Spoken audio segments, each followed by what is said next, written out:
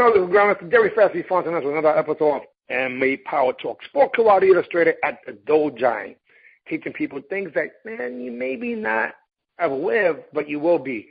Today we're going all the way back to the days when men were men, when fighters were fighters, where you actually had to hit the person to get a point.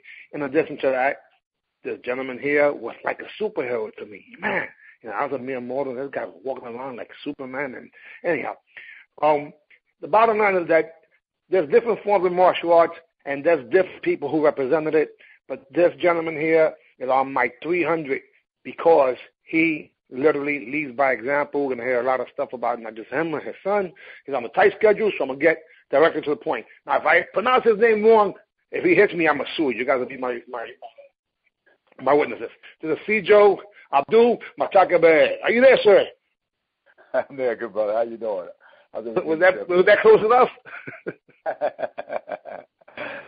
Brother, you're a beautiful brother. I always love your spirit, man, your energy. You know. Well, I appreciate. Yes, sir.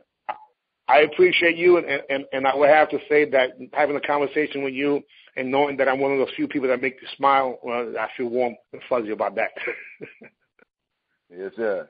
Yes, sir. Well, I just want to begin by saying, brother, you know, I thank the Creator for blessing me to be alive in this day and time in the state of mind that I am of a positive individual, and I thank the Creator for blessing me to be able to communicate with a person like you with a positive mind in this day and time where there's so much different anarchy and corruption and ignorant individuals that are doing so many diabolical things. So it's truly an honor. There's a blessing. Thank you. Thank you for those kind words. Since this is not about me, it's about you, so I want to find out because I'm really curious, and we want to know, in the beginning, was it motivation, desperation, inspiration when you actually started in martial arts? So if you give me when you started and what motivated you or inspired or what have you to do it and what style it was. So let's talk about the beginning. Well, I started training in martial arts when I was about 11 years old, between 10 and 11 years old. And growing up in 267 West 118th Street in Harlem. This was a time when, you know, the only communication was with your knuckles and, you know, and you had to have heart. So, you know, you had to bow your fist up, you had to fight your way from going to school and coming back home. So my father was a professional fighter, so he was taught us how to defend ourselves. So it was times, sometimes during those days when I fought sometimes 1, 2, 3, 4 times a day, and this is without exaggeration. So during one particular episode in a fight, I had gotten a situation with this particular friend of mine who later on became a professional boxer during the same time of Sugar Ray Leonard and Hagler and Hearns when they were champions. He was also an upcoming champion.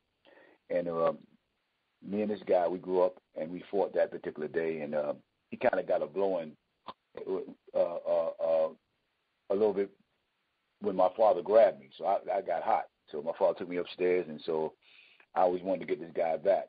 So at that time, my sister, she was dating this particular individual that was an exterminator, and he was exterminating the house, and I was so hot, and the guy, he gave me some wisdom about, you know, spirituality, but I didn't really want to hear it at the time. And so he said, have you ever heard of karate? I said, karate? I said, karate's for girls. You kick and punch. I don't want to know no karate. I said, I want to just box. They said, well, you know, I got a karate school, and maybe, you know, I'll take you for a ride one day, and you can come see what we do. So he took me for a ride, and it was up in Queens, and I was living in Harlem, and I just wanted to get in the car just to be able to, you know, take a ride in the car because, you know, in those days, my family was poor. We was happy just, you know, just to get on the bus. So when we took this ride, he took me into this place called the dojo, and we sat down, and I watched these individuals come out with these white uniforms on, and they all made this particular motion and of courtcy and respect. So I say us, and they all just had this disciplinary mode, and it like sent chills throughout my spine. I said, wow, I want to learn this. So I sit there and looked at it, and I watched that class for a while, and that was basically the last I seen of that. So then what happened was I had was always intrigued with that. So my family, again, like I said, we were poor, so I went down 42nd Street one day, and I liberated 2 books. You know, that's a nice way of saying, you know what I mean? I don't want to say what I said. But I liberated 2 books called This is Karate and The Way of Karate.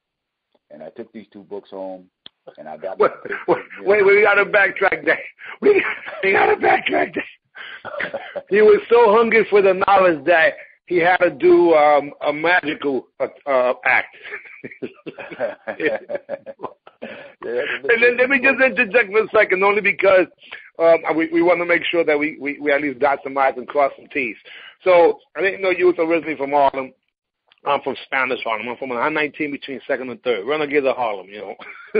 So that's where I'm from originally. And then we moved up to a better neighborhood called the South Bronx. But so who is this person? You got me intrigued. You got this cliffhanger. You went to this karate school. Whose school was it? Do you remember? No, I don't remember because I was too young at the time. I don't remember his name. You know what I mean? I wish I did. I seen him one time in a tournament at a long time ago at one of the great masters that passed. I forgot that particular person's name too that passed. I think it was. Wow. I think it was what was his name? An individual in Philadelphia. It was his name, Collie Griffin. Collie Griffin. He was at Collie Griffin. Oh my God, Collie Griffin. Rest in peace to Collie Griffin. Oh, that was one of my people, Kaju Kembo and Kembo. Oh man. Yes, sir. And we spoke. All right. Right. Go ahead. Yeah, let me just shut up. By the way, if you don't hear me, because I put myself on mute, you know, because I don't want to interject. But man, that's a wonderful story. You liberated the 2 books. Continue. Yeah, I read these 2 books. And I just basically studied them, and I mimicked the illustrations of the books over and over and over again, and it's played glass windows to the point where, I basically really believed that I became one of the illustrations. You know, animation of one of the illustrations through my spirit.